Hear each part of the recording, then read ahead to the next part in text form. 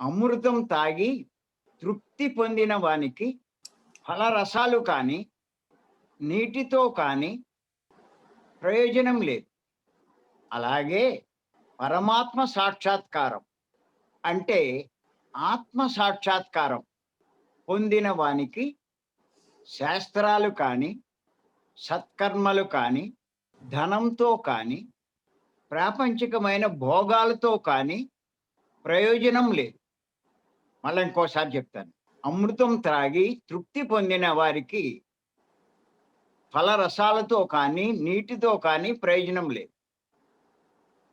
అలాగే పరమాత్మ సాక్షాత్కారం అంటే ఆత్మ సాక్షాత్కారం పొందిన వానికి శాస్త్రాలతో కానీ, సత్కర్మలతో కానీ, ధనంతో కానీ, భోగాలతో కానీ, ప్రాపంచిక భోగాలతో కానీ ప్రయోజనం లేదు. దీని గురించి కొంచెం మనం వివరణ తెలుసుకుందాం. అమృతం త్రాగిన వారికి అంటే అమృతం ఎంత గొప్పదో మనకు తెలుసు. అమృతం తాగిన వాడు అమరుడవుతాడు. అంటే చావు పుట్టుకలు లేనివాడు అయిపోతాడు. అంత గొప్పది అమృతం. మనం కనుక గమనించినట్లయితే అటువంటి అమృతం పొందడానికి మనకి పురాణాల్లో కథ ఉంది. ఏమిటి అంటే దేవతలు రాక్షసులు పాల సముద్రాన్ని మదించారు. మదిస్తే మొట్టమొదట హాలాహలము, తర్వాత అయ్యో చాలా వచ్చినాయి. కామధేనువు, కల్పవృక్షం, అలా లక్ష్మీదేవి ఇలాగ ఎన్నో వస్తే చివరికి అమృతం వచ్చింది. అంటే అటువంటి అమృతం కోసం దేవతలు రాక్షసులు ఎంత కష్టపడ్డారో మనకు అర్థమవుతుంది. ఎందుకు అంత కష్టపడ్డారు? అది అంత గొప్పది కాబట్టి. అంచేత అటువంటి అమృతాన్ని తాగిన వాడికి ఫలరసాలతో కానీ, సాధారణంగా మనం లోకంలో ఫలరసాలు తాగుతూ ఉంటాం, అలాగే నీరు తాగుతూ ఉంటాం. ఏమీ ఈ ప్రయోజనం లేదు. అంత గొప్పది అమృతం. కానీ వీటితో తృప్తి పొందుతున్నాం మనం. అసలైనది తాగవలసింది ఏది అంటే అమృతం. అంత గొప్పది.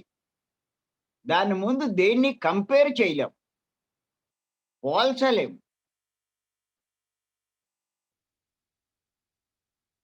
అలాగే పరమాత్మ సాక్షాత్కారం పొందిన వారికి, పరమాత్మ అంటే ఆత్మే, ఆత్మే పరమాత్మ అంటారు. ఆత్మ సాక్షాత్కారం పొందిన వారికి ఎవరైతే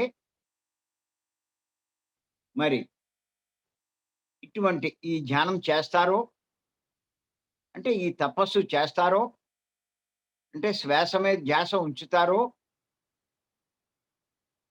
మెల్లిమెల్లిగా మనం అది సాధిస్తాం. ఆ భగవత్ సాక్షాత్కారం పొందగలుగుతాం. ఆ భగవత్ సాక్షాత్కారం పొందిన వారి యొక్క అనుభూతి ఎలా ఉంటుందంటే, సాక్షాత్కారం అంటే చూడడం కాదండి, అనుభూతి పొందడం.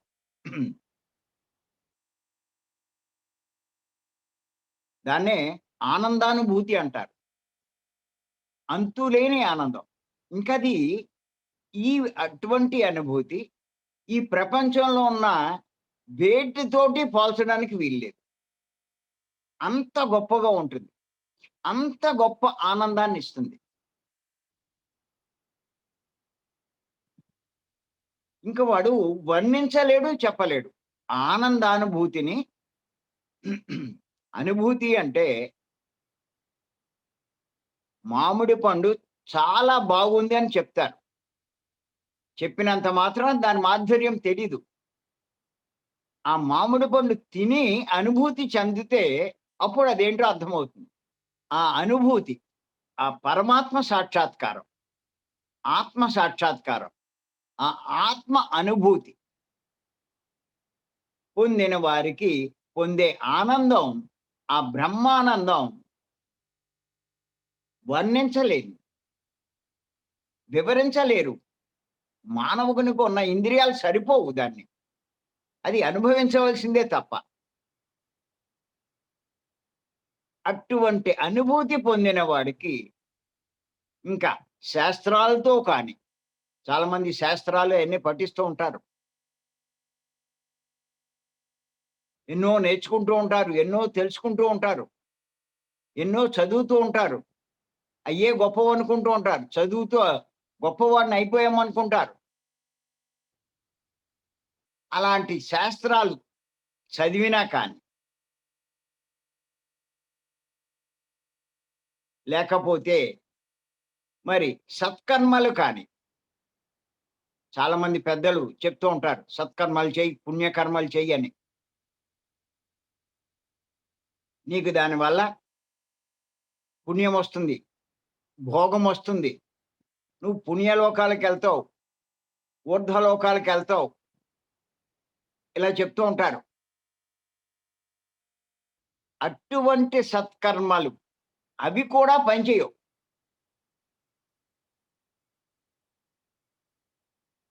అలాగే ధనంతో కానీ, ఇక్కడ ప్రతి ఒక్కరు మనం చూస్తున్నాం లోకంలో 99% భూమి మీద ప్రతి ఒక్కరూ ధనం సంపాదించడానికి, ధనానికే ఎక్కువ ప్రాముఖ్యం ఇస్తారు. ఇంకేంటంటే అదే గొప్పదనుకుంటారు. దాంతో ఎన్నో అనుభవించొచ్చు అనుకుంటారు, ఎన్నో సాధించొచ్చు అనుకుంటారు, ఎన్నో చేయొచ్చంటారు. ఈ జగత్తంతా ధనం మీదే ఆధారపడుంది. ధనం మూలం ఇదం జగత్ అని. అదే గొప్పది అని భావిస్తారు. అటువంటి ధనంతో కానీ మనం పోల్చలేం. భోగాలతో కానీ. మానవునికి 5 రకాల ఇంద్రియాలు ఇవ్వబడ్డాయి. కళ్ళు, చెవులు, ముక్కు, నోరు, చర్మం ఇయన్నీను. వీటితో ఎన్నో భోగాలు అనుభవిస్తున్నాడు మానవుడు. ఈ అనుభవిస్తూ ఎంతో సంతోషాన్ని పొందుతున్నాడు. ఇయే గొప్పవనుకుంటున్నాడు.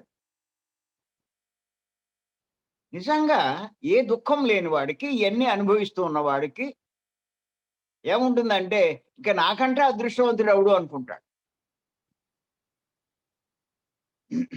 ఏ సమస్య, ఏ బాధ లేకుండా ధనంతో కూడా బాగా ఉండి, మరి వాడికి ఇయన్నీ ఉన్నాయి. మంచి ఇల్లు కట్టుకున్నాడు. మంచి డెకరేషన్ చేశాడు. అన్ని రకాలున్నాయి. పనివాళ్ళున్నారు, పరిచారకులున్నారు. వాడికి ఏ లోటు లేదు. ఆడు ఆర్డరేస్తే అన్నీ వచ్చేస్తాయి. నిజంగా వాడేమనుకుంటాడు? అబ్బా! ఎంత నా గొప్ప హోదా అనుకుంటాడు. అలాగే కొంతమందికి పదవులొస్తాయి. కొంతమందికి గొప్ప ఉద్యోగమొస్తుంది. మంచి హోదా ఉన్న ఉద్యోగం. అయి చూసుకొని అయి అనుభవిస్తూ నా అదృష్టం అనుకుంటూ ఉంటారు. నేను ఇలాంటి స్థితిలో ఉన్నాననుకుంటారు. అలాంటి వాటి కంటే కూడా అయ్యి కూడా ఏమీ ప్రయోజనం ఉండదు. ఎవరి ముందు? ఎవరైతే పరమాత్మ సాక్షాత్కారం, భగవత్ సాక్షాత్కారం, ఆత్మ సాక్షాత్కారం, ఆత్మానుభవం పొందారో దాని ముందు ఇవన్నీ బలాదు అన్నది ఎప్పుడు తెలుస్తది? అది పొందిన వారికి తెలుస్తది. అందుకే మీరు చూడండి, ఈ భోగాలు ఈ అనుభవిస్తున్న వాళ్ళకి మీరెళ్లి ధ్యానం చెప్పండి. ఎక్కి సావదు. ఏముంది ధ్యానంలో ఖాళీగా కూర్చోవడమే కదా! ఏదైనా సంపాదించుకుంటే ఏదైనా లాభం ఉంటుంది గానీ, ఏ సంపాదన లేకుండా అలా ఉంటే ఏంటి లాభము? అలాగే ధనం లేని వాళ్ళు, డబ్బు లేని వాళ్ళు కూడా బాధపడుతూ ఉంటారు. అందరికీ డబ్బుండి ఎంతో బాగున్నారు. సుఖ సంతోషాలతో మంచి బాగున్నారు. నాకే ధనం లేదు. ఈ ధ్యానం చేసి మటుకు ఏంటి ప్రయోజనం? అని భావిస్తూ ఉంటారు. బాధపడుతూ ఉంటారు. ఆ ధనం సంపాదించడానికి తాపత్రయపడతారు. తాపత్రయపడడమే కాదు, తప్పులు గూడా చేస్తారు, పాపాలు కూడా చేస్తారు. అదే ఆ ధనమే, ఆ భోగాలే గొప్పవని అనుకుంటూ ఉంటారు. అటువంటి ఉన్న వాళ్ళంతా గొప్పవాళ్ళని భావిస్తూ ఉంటారు. కానీ ఇలాంటివి ఎన్ని ఉన్నా, ఎన్ని భోగాలున్నా కొంతమంది పుణ్యకర్మలు చేస్తూ అదే గొప్ప అనుకుంటారు. కొంతమంది ఆ శాస్త్రాలు ఇయన్నీ పాండిత్యం ఇయన్నీ చదువుతూ, నేను చాలా గొప్ప పని చేశాను అని చెప్పి అనుకుంటారు. ఇటువంటివన్నీ ఏమీ ప్రయోజనం లేవని ఎప్పుడు తెలుస్తుంది అంటే, ఆత్మ సాక్షాత్కారం పొందినప్పుడు. ఇది ఎవరికి అర్థమవుతుంది? ఎవరికి అర్థమవుతుంది అంటే, ఎవరైతే ఈ ధ్యానంలో పరాకాష్ఠకి చేరుకుంటారో, మనం చెప్పుకున్నాం గదా! 3 స్థితులు అని. ప్రారంభంలో కొంచెం కష్టంగానే ఉంటుంది.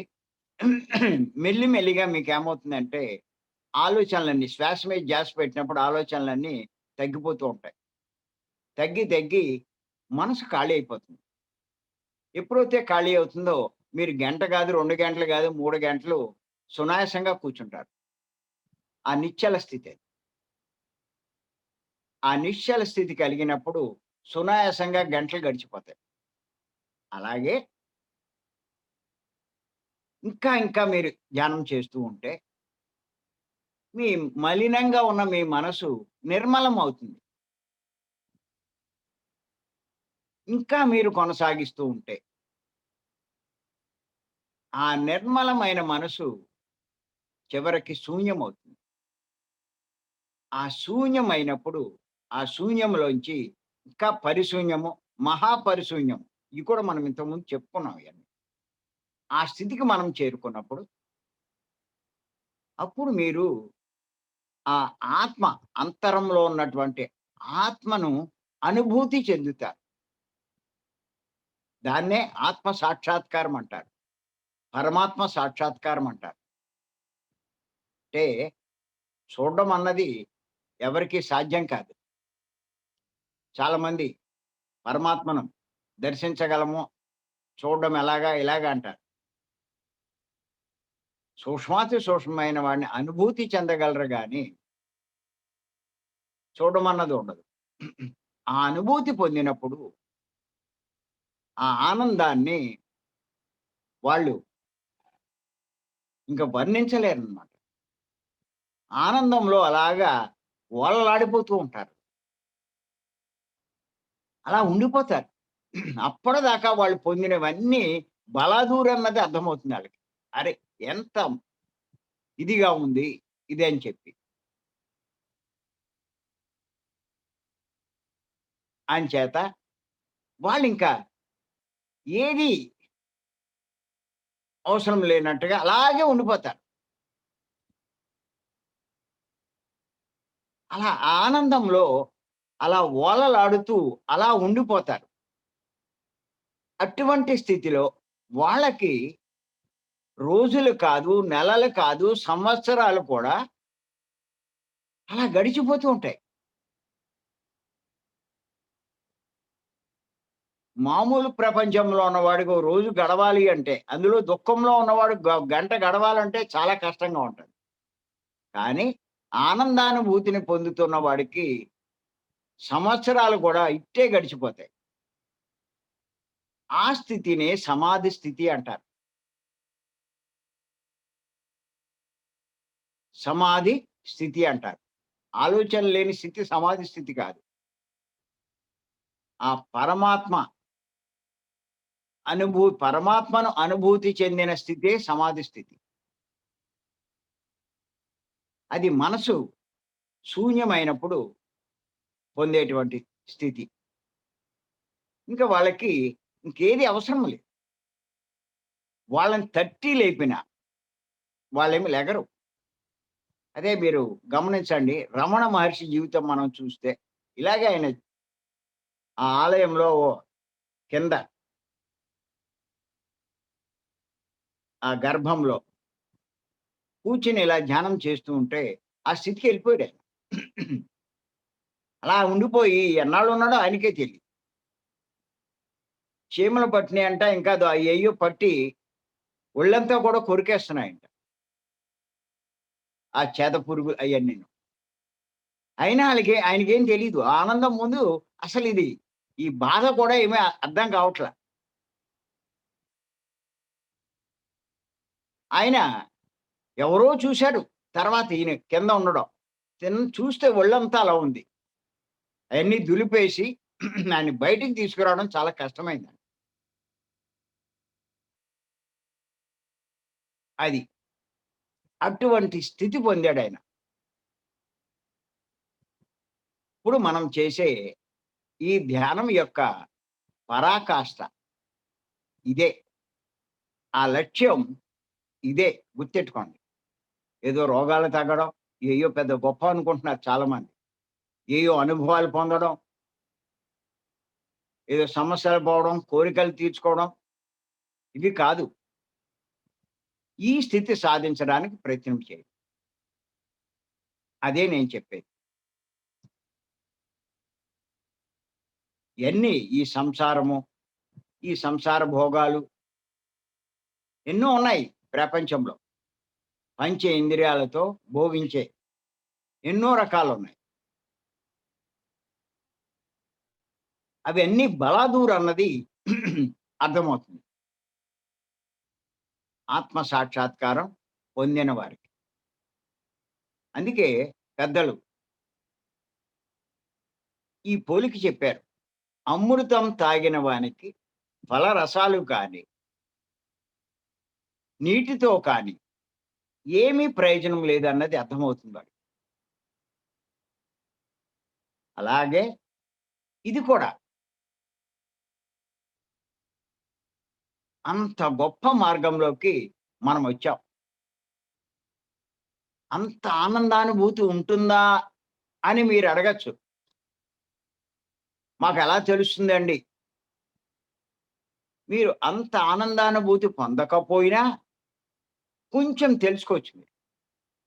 అది ఎలా ఉంటుందో, ఎంత గొప్పగా ఉంటుందో అన్నది మీరు తెలుసుకోవచ్చు. మీరు చూడండి, మీరు భీమవరంలోకొచ్చినప్పుడు ఆఖరి రోజు 3 గంటలు కూర్చోబెడతాం. 3 గంటలు కూర్చోబెడితే సహజంగా చాలామంది 3 గంటలు కూర్చొని ఓకే చెప్పాక, అప్పుడే ఓకే చెప్పేసారేంటి అంటారు. వాళ్ళకసలు 3 గంటలు కూర్చున్నట్లు ఉండదు. ఎందుకో వాళ్ళకర్థం కాదు. భలే కూర్చున్నా అండి, భలే కుదిరిందండి అంటూ ఉంటారు. కారణం ఏమిటి అంటే, వాళ్ళు కూర్చున్న 5 నిమిషాలకే ఆలోచనలు ఆగిపోయినాయి. ఆలోచనలు లేని స్థితి. మనం చెప్పుకుంటున్నాం గదా! మానవుడు అంటే దేహము, మనస్సు, ఆత్మ. ఆత్మ అంటే భగవంతుడు. ఎప్పుడైతే కళ్ళు మూసామో దేహస్థితి ఉండదు. ఆలోచనలొస్తాయి. శ్వాస మీద ధ్యాస ఉంచామో ఆలోచనలాగిపోతాయి. అంటే ఇంకక్కడ మనసు కూడా ఉండదు. ఇంకున్నదేది? ఆత్మ. అంటే భగవంతుడు. భగవంతుడు అంటే ఆనందమే. అది అనుభవిస్తూ ఉంటాం మనం. ఈ ఆనందాన్ని అనుభవిస్తూ ఉండడం వల్ల మనకి 3 గంటలు 3 నిమిషాలే గడిచిపోతాయి. ఎప్పుడైతే 3 గంటలు 3 నిమిషాలే గడిచిపోతాయి. ఓకే జెప్తే అప్పుడే అయిపోయిందేంటి అనుకుంటారు.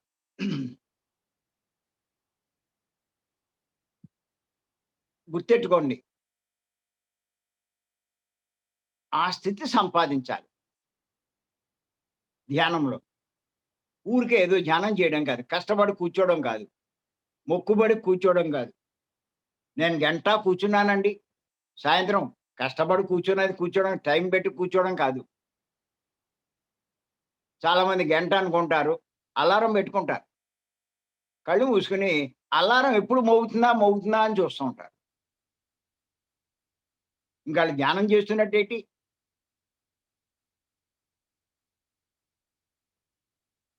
అలారం మోగగానే లేచిపోతారు. ఆళ్ళు గంట చేశారంటారు. గంట కాదు. వాళ్ళు ఒక నిమిషం కూడా అక్కడ ధ్యాన స్థితి రాలేదు. ధ్యానంలో వచ్చే ఫలితం రాలేదు.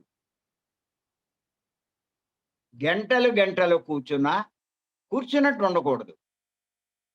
అది. అది మీకు కావాలి అంటే మనకి ఇంకొక ఎగ్జాంపుల్ గూడా మీరు తీసుకోవచ్చు. ఏమిటంటే మనమంతా మానవులం. మానవులమైన మనకి 3 స్థితులున్నాయి. 3 అవస్థలున్నాయి. జాగ్రత్త అవస్థ, స్వప్నావస్థ, సుషుప్తి అవస్థ. జాగ్రత్త అవస్థ అంటే ఇప్పుడు మనం ఉన్నది జాగ్రత్త అవస్థలో. శరీరము, ఇంద్రియాలు పనిచేస్తూ ఉంటాయి. దీన్ని జాగ్రత్త అవస్థ అంటాం. అలాగే రాత్రి అయిన తర్వాత మనం నిద్రలోకి ఎళ్ళిపోతాం. నిద్రలో ఈ శరీరము, ఇంద్రియాలు పనిచేయవు. కానీ మనసు పనిచేస్తూ ఉంటుంది. ఈ మనసు ఏం చేస్తూ ఉంటుందంటే, ఈ జాగ్రత్త అవస్థలో జరిగినటువంటి సంఘటనలు, విషయాలు ఇవన్నిటిని కల్పనలు చేస్తూ ఉంటుంది. అలా మనసు చేసే కల్పనలనే కలలు అంటారు. వాటినే కలలు అంటారు. దాన్నే కలలు కనే అవస్థనే స్వప్నావస్థ అంటారు. కాసేపటికి ఏం జరుగుతుంది అంటే, ఆ కలలు కూడా ఆగిపోతాయి. ఒక్కోసారి మీరు చూడండి, చాలామంది పడుకుంటారు రాత్రి 8కో, 9కో. పొద్దున్న 7 అయినా, 8 అయినా లెగరు. అప్పుడు ఇంట్లో లేపుతారు. "ఏంటి ఆ మొద్దు నిద్ర లెగు" అని. గమ్మున లేచి, "అదేంటి అప్పుడే తెల్లారిపోయిందా" అంటారు. ఇన్ని గంటలు ఎలా గడిచిపోయినియి? వాళ్ళకి ఆశ్చర్యంగా ఉంటుంది. ఎందుకు గడిచిపోయినియి అంటే, అక్కడ శరీరము లేదు, మనసు లేదు. వాళ్ళు ఆత్మస్థితిలో ఆత్మతో ఉన్నారు. ఆత్మ అంటే ఆనందమే. ఆ అటువంటి శరీరము, మనసు లేకుండా ఉన్న స్థితినే సుషుప్తి అవస్థ అంటారు. అందుకే అన్ని గంటలు గడిచిపోయింది. అదే అవస్థని మనం ఇక్కడ ఏం చేస్తున్నామంటే, అక్కడ ప్రతిరోజు నిద్రలో కొంతమంది అందరికీ వస్తూ ఉంటుంది. కొంతమందికి వస్తూ ఉంటుంది. ఒక్కోసారి కలుగుతూ ఉంటుంది. కానీ దాన్ని మన ప్రయత్నం ద్వారా తెచ్చుకోవడమే ధ్యానం. ధ్యానం అంటే ఆ సుషుప్తి అవస్థని మన ప్రయత్నం ద్వారా మనం సంపాదించుకోవడం. ఇక్కడేంటి అంటే ధ్యానంలో ఎరుకుంటుంది. అక్కడ ఎరుకుండదు. అదే తేడా. ఎందుకు అన్ని గంటలు ఉండిపోగలిగారు అంటే, వాళ్ళు ఈ 2 పని చేయకపోవడం. అంత ఆనందంగా ఉండడం. ఇది శాంపుల్‌గా మనం అనుభవిస్తున్నాం. కానీ ఇది మనం ఈ ధ్యానంలో పరాకాష్ఠకు ఎదిగినప్పుడు, ఆత్మ సాక్షాత్కారం పొందినప్పుడు, ఆత్మానుభవం పొందినప్పుడు శాశ్వతంగా పొందుతాం.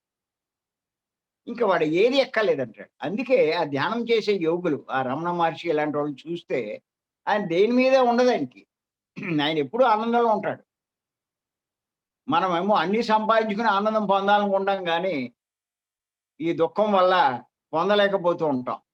ఆ దుఃఖం పోవాలని మళ్ళా వెళ్లి ఆళ్ళ కాళ్ళ మీదే పడతాం. అదేంటి ఆయనకేమీ లేవు గదా! అనుకుంటారు. ఆయనకి బయటికేమీ కనపడకపోవచ్చు గానీ, వీటినన్నిటిని మించినటువంటి ఆనందం ఆయనెప్పుడూ అనుభవిస్తూనే ఉంటాడు. పత్రి గారు కూడా ఇప్పుడు అదే స్థితిలో ఉన్నారు. బాహ్యమైనటువంటి భోగాలు లేకపోయినా, ఆయన అటువంటి స్థితిలో ఎప్పుడూ ఉంటారు. ఆయన లోకంలో అందరికీ అటువంటి స్థితి కలిగించాలనే తపనతో భూమి మీదకొచ్చాడు. భూమి మీదకి పంపబడ్డాడు. ఆ పనే ఆయన చేస్తున్నాడు.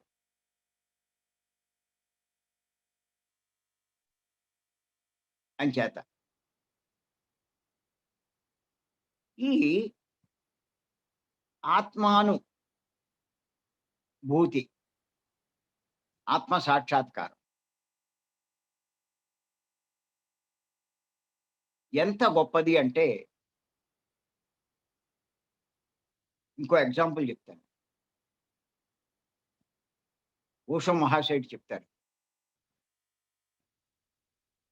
ఆయన ఏమంటారంటే 2 చెప్పాడాయన. సంభోగ ఆనందం, సమాధి ఆనందం అని. సంభోగ ఆనందం, సమాధి ఆనందం. సంభోగ ఆనందం అంటే స్త్రీ పురుషులు ప్రతిరోజు వాళ్ళు సంభోగించడం వల్ల ఏమవుతుందంటే ఆ ఆనందాన్ని పొందుతారు ఆ సంభోగ సమయంలో. కానీ అది ఒక నిమిషమే ఉంటుంది. ఆ ఆనందాన్ని ఒక్క నిమిషం. అలా ఒక్క నిమిషం పొందే ఆ ఆనందం కోసం మరి వాళ్ళిద్దరూ రోజు ఎంత కష్టపడతారో చూడండి.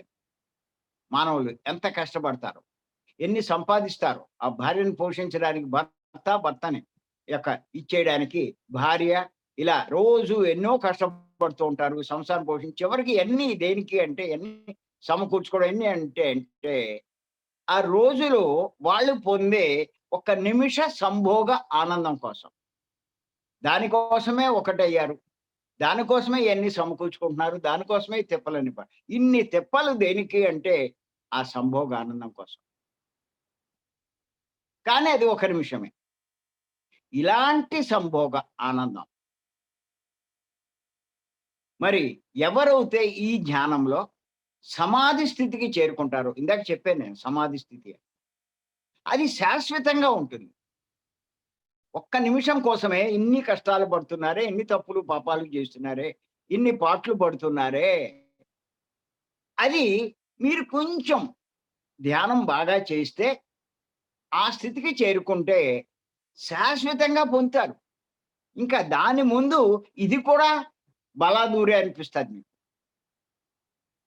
ఇప్పుడు మానవుడు పొందే అన్ని రకాల ఆనందం కంటే సంభోగ ఆనందం చాలా గొప్పది అని చెప్తారు.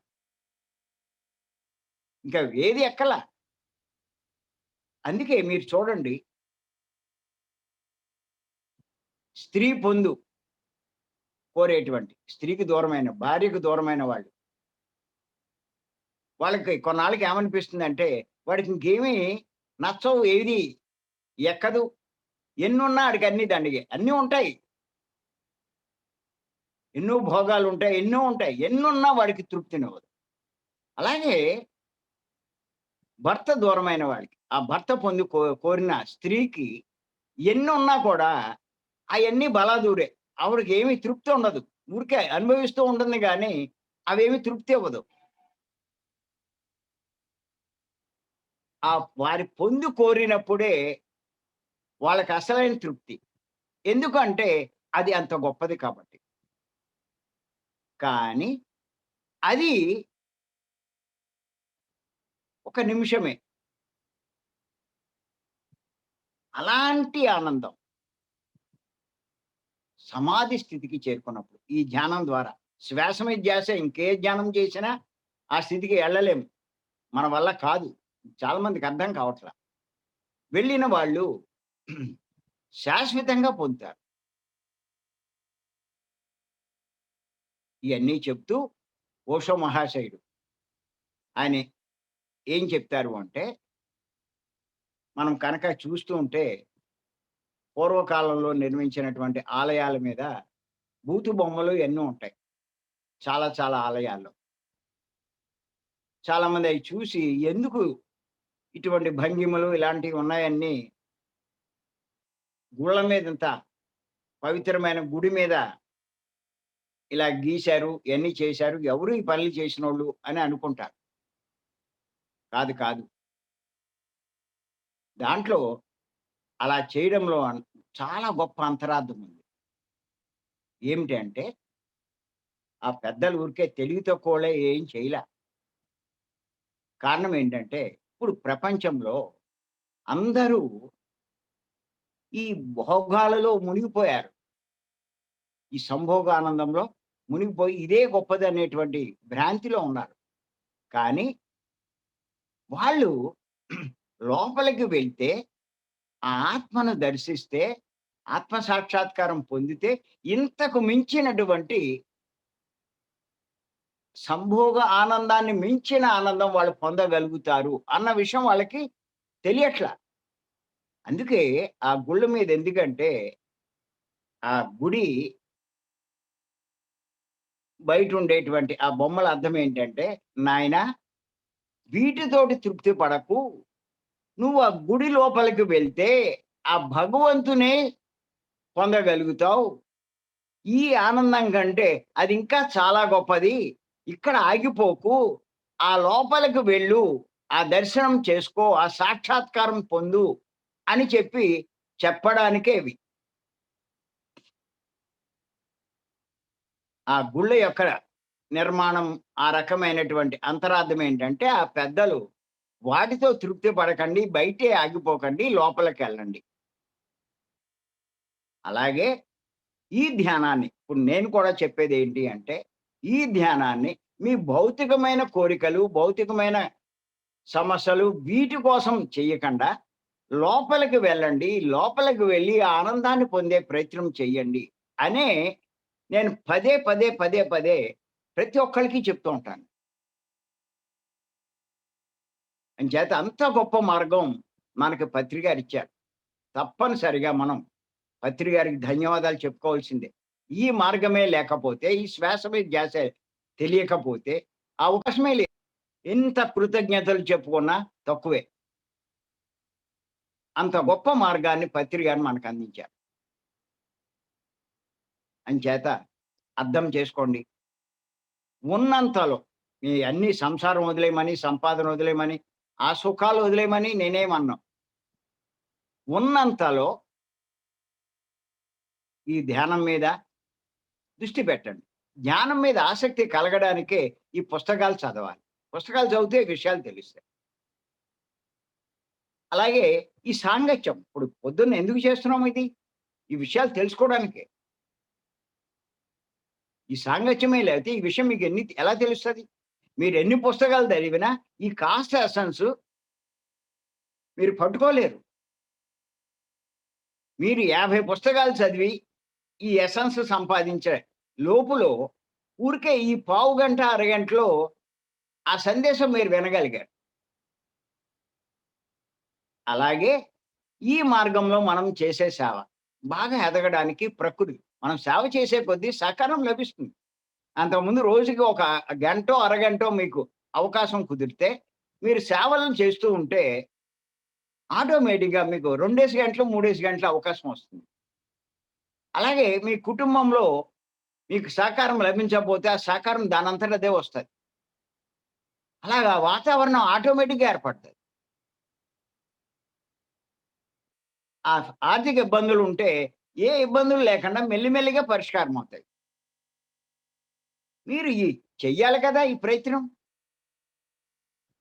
అంచేత మరి ప్రతి ఒక్కరికి నేను చెప్పేదేంటి అంటే, ఈ ప్రాతకాల సైలెన్స్ మెడిటేషన్ శ్వాస మీద ధ్యాస రోజు పాల్గొనండి. ఎన్నెన్నో విషయాలు మీకు తెలుస్తాయి. భీమవరం క్లాస్‌కి ఇంత ఎగబడ్డానికి కారణం ఏమిటి అంటే, అక్కడ మనకు తెలియని, తెలుసుకోవాల్సిన, కావాల్సిన విషయాలెన్నో తెలుసుకుంటాం. ఈ ధ్యానంలో పరాకాష్ఠకు చేరుకుంటాం. ఎన్ని సంవత్సరాలు చేసినా, గంట కూడా కూర్చోవడం కష్టంగా ఉండేటువంటి ఈ ధ్యానంలో 3 గంటలు, 4 గంటలు అవలీలగా కూర్చుంటాం. అందుకే ఇందులోకొస్తున్నారు.